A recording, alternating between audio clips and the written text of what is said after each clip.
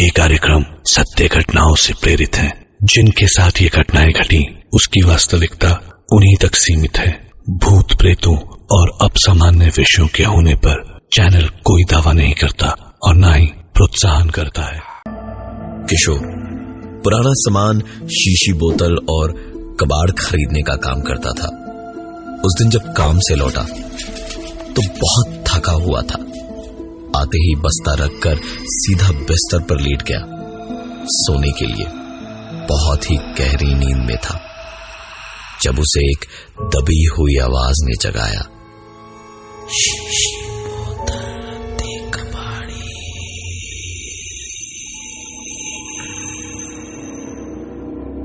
ऐसी आवाजों को सुनकर किशोर की नींद थोड़ी देर को जरा नरम पड़ी तो आवाज आनी बंद हो गई।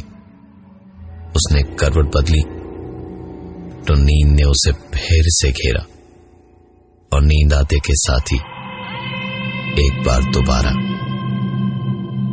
शीशी बोतल दे कबाड़ी।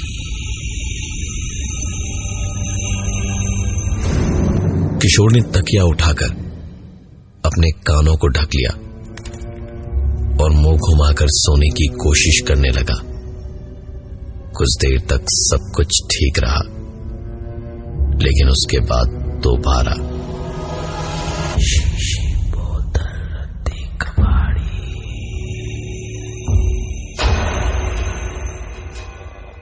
ऐसी आवाजें जब लगातार आती रही तो किशोर किसी बच्चे के नींद टूटने पे जैसे चिढ़ होती है, ठीक वैसे ही चिढ़ के उठा और कमरे में चारों तरफ देखने लगा। घर में सिर्फ वो अकेला था और बस चारों ओर शाम के वक्त जो शोर होता है वही भरा पड़ा था। उसके उठने के बाद वो आवाज भी बंद हो चुकी थी। वो उठा और अपने आप में बड़बड़ाता हुआ गया और मुंह धोने लगा। पता नहीं कैसे कैसे सपने आते हैं आजकल और उल्टी पुल्टी चीजें सुनाई देती है। दिमाग का नहीं हो गया, खराब हो गया है सब कुछ। और फिर उठकर गुस्से में बाहर चाचा की दुकान पे चाय पीने के लिए चला गया। वहां पहुंच के उसने चाय बोली तो चाचा का मुंह देख के उसने खुद ही कहा, अरे क्या हुआ चाचा, मैं हूं किशोर, पहचान नहीं पा रहे हो क्या? चाचा ने कहा कि मैं तो तुम्हें बिना देखे तुम्हारी आवाज भर से पहचान लूंगा, लेकिन शीशा देखोगे तो अभी शायद खुद को न पहचान पाओगे। ये खरोच के निशान कहां से आए भाई? किशोर ने यह सुन के तुरंत दुकान में सामने ही रखे शीशे में खुद को देखा। उसकी गर्दन पे और चेहरे पर खरोच के निशान वाकई थे। किशोर को कुछ याद नहीं था ये सब कब और कैसे हुआ। उसने तुरंत चाय पी और वापस घर को चलता बना।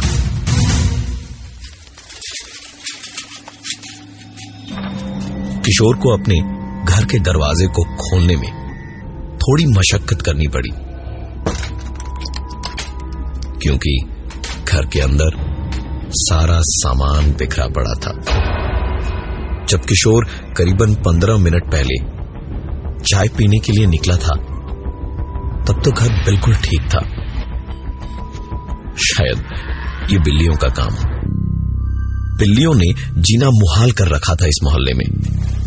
सारे सामान को वापस बोरे में भर के कुछ देर उसने इधर उधर सारी खिड़कियां वगैरह ढंग से देखी और फिर किशोर रात का खाना खाने बाहर निकल गया।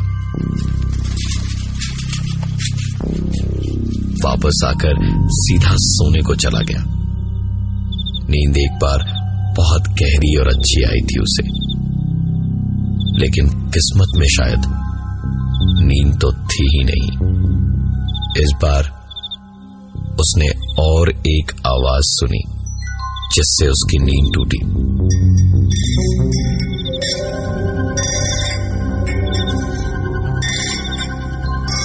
किशोर की नींद एक झटके से टूट गई।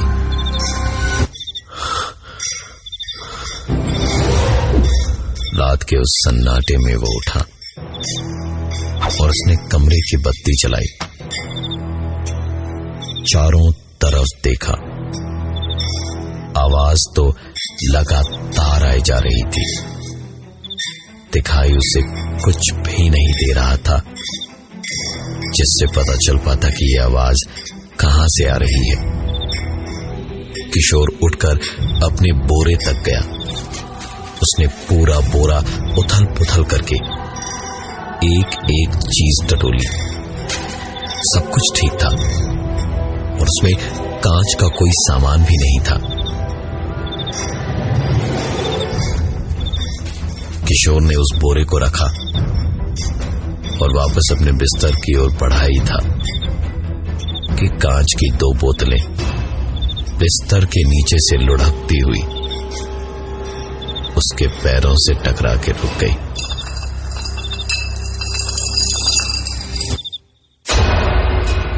किशोर अपने बिस्तर की तरफ बढ़ा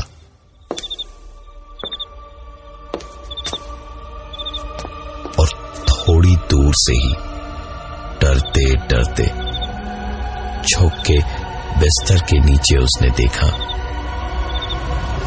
तो एक बच्चा बिस्तर के नीचे छुप कर बैठा था। किशोर के दिमाग का पारा तुरंत चढ़ गया।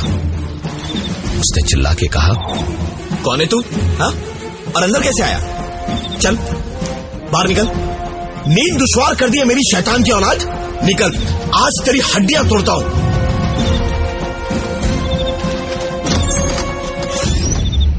उस छोटे से 4-5 साल के बच्चे को बहुत ही बेरहमी से खींचकर किशोर ने उसे बाहर निकाला। उससे सवाल पे सवाल पूछता गया किशोर, लेकिन वो बच्चा एक लफ्ज नहीं बोला। बस बड़ी बड़ी आंखों से देखता रहा किशोर को। ऐसी चुप्पी देखकर किशोर और भी ज्यादा गुस्सा हो गया। देखने में बच्चा किसी अच्छे खानदान और अच्छे घर का लग रहा था। क्या पता कोई आ जाए और अगवा करने का इल्जाम लगा दे। इसलिए उसे खींचकर घर के बाहर निकाल दिया किशोर ने। बच्चे को जब बाहर निकाला तो देखा बाहर बारिश बहुत तेज हो रही थी, लेकिन किशोर खुद को किसी भी मुसीबत में नहीं डाल सकता था। इसलिए उसने उस बच्चे को उस बारिश में घर से बाहर निकाला और अपने घर का दरवाजा बंद कर लिया। दरवाजे को बंद करने के बाद बच्चा लगातार उस दरवाजे को खटखटाता रहा।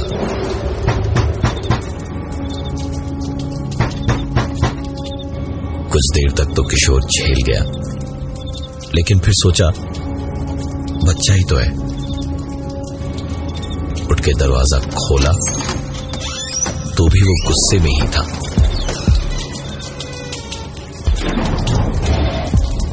लेकिन उसका गुस्सा उड़ चुका था, क्योंकि जब उसने दरवाजे को खोला तो सामने वो बच्चा नहीं, बस एक खिलौना पड़ा था।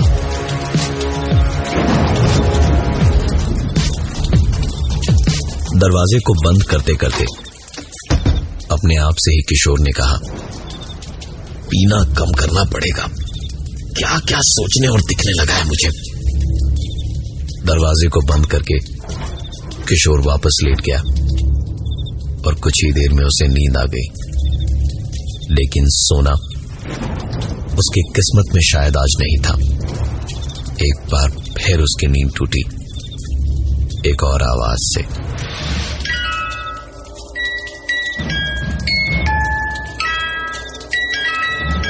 आंख खुली तो पाया कि वो खिलौना अपने आप चल रहा था। किशोर ने उस खिलौने को बंद किया और बिस्तर पर आकर जैसे ही लेटा था कि एक बार फिर किशोर ने उठकर खिलौने को उठाया और सामने टेबल पे रखा और उसके सामने चेयर रख के बैठ गया और मानो जैसे वो उस खिलौने से बात करते हुए कह रहा था, मैं भी देखूं कैसे चलता है ये खिलौना। कुछ देर में बैठे बैठे कुर्सी पे ही किशोर की आंख लगी कि ठीक उसी वक्त किशोर झटके से उठा और देखा खिलौना वैसे का वैसे ही रखा था। किशोर की आंखें कुछ देर के लिए खुली, लेकिन एक बार फिर जैसे ही उसकी आंख लगी तो वापस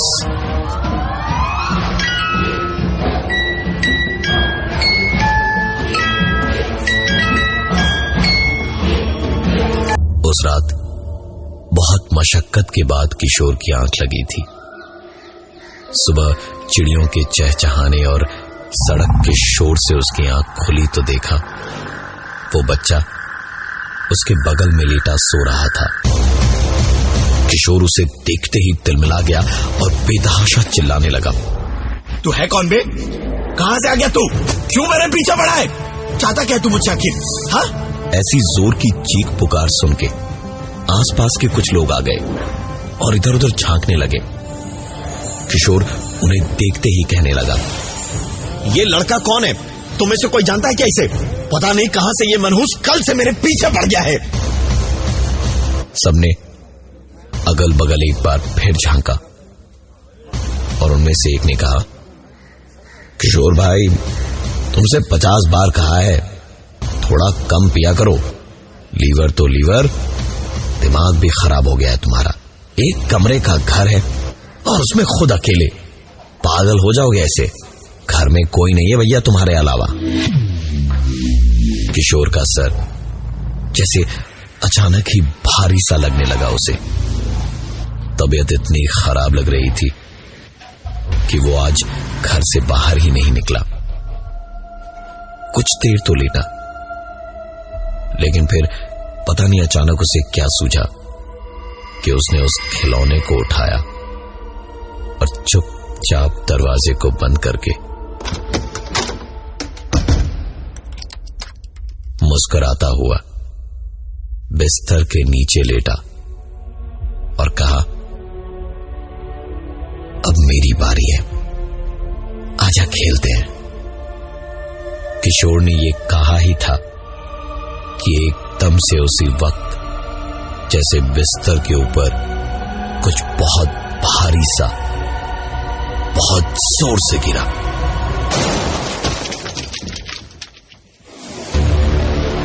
अचानक से उठने गया तो किशोर का सर पलंग से टकराया।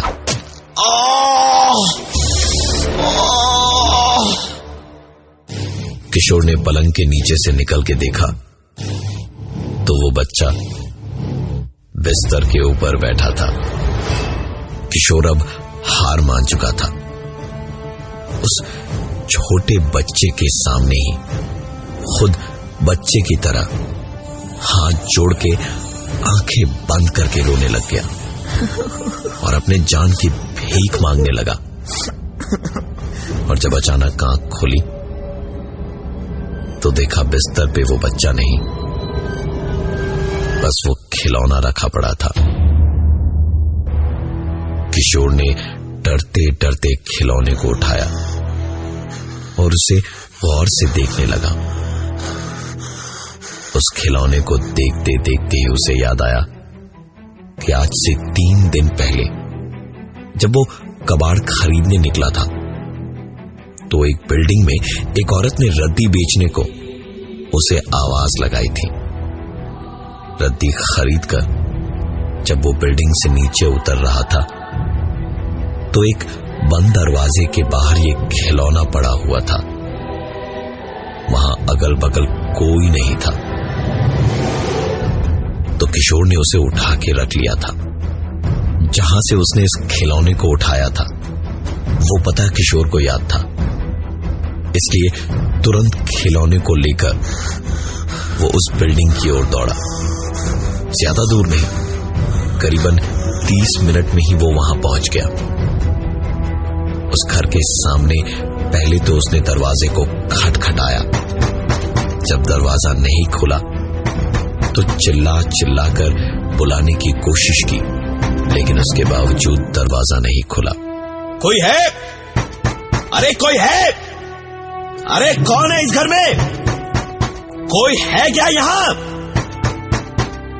किशोर वापस आने को पलटा तो घर के अंदर से डोरबेल बजने की आवाज आई। पलट के देखा तो वहां डोरबेल का कोई स्विच नहीं था और घर के डोरबेल की जगह सिर्फ तार ही लटके हुए थे। किशोर ने हाथ बढ़ा के उस बंद दरवाजे को दोबारा से खोलना चाहा तो दरवाजा अपने आप ही खुल गया।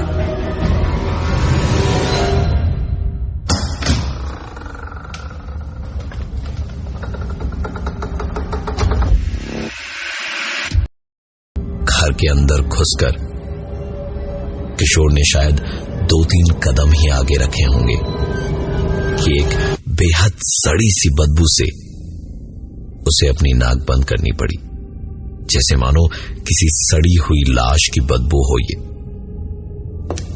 इधर उधर आवाज देता हुआ किशोर आगे बढ़ा। पूरा का पूरा घर खाली पड़ा था। उथल पुथल टूटा फूटा सामान पड़ा था। अंदर के कमरे में जैसे ही घुसा तो बदबू बहुत ज्यादा बढ़ गई थी।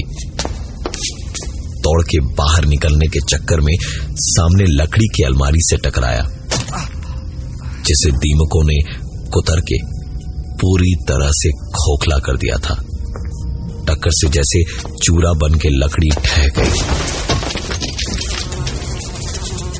उस अलमारी के अंदर एक साड़ी में लिपटी हुई लाश थी, पूरी तरह से सड़ी हुई और गली हुई सी। किशोर की रगों में दौड़ता हुआ खून बर्फ सा सूख गया था। वहां से पीछे पलट के देखता हुआ भागा तो एक बक्से से टकराया। वो बक्सा भी लकड़ी का ही बना हुआ था और उसे भी दीमक ने इस कदर खा रखा था कि टकराते के साथ ही वो बक्सा बिखर गया। और जब बिखरा तो उसके अंदर से एक गली हुई लाश और निकली। किशोर एक पल को भी वहां और रुकता तो शायद वहां से जिंदा नहीं बच पाता। वो वहां से जितनी तेजी से हो सके दरवाजे की तरफ भागा, पर दरवाजे के पास खुद ही रुक गया। दरवाजे के ठीक सामने उसे वो बच्चा उसी खिलौने से खेलता हुआ दिखाई दिया, जो किशोर को देखते के साथ ही खेलते खेलते अचानक रुक गया। वो दरवाजे के ठीक सामने बैठा था और उसकी नजर किशोर की तरफ घूमी। किशोर वहीं बेहोश होकर गिर पड़ा।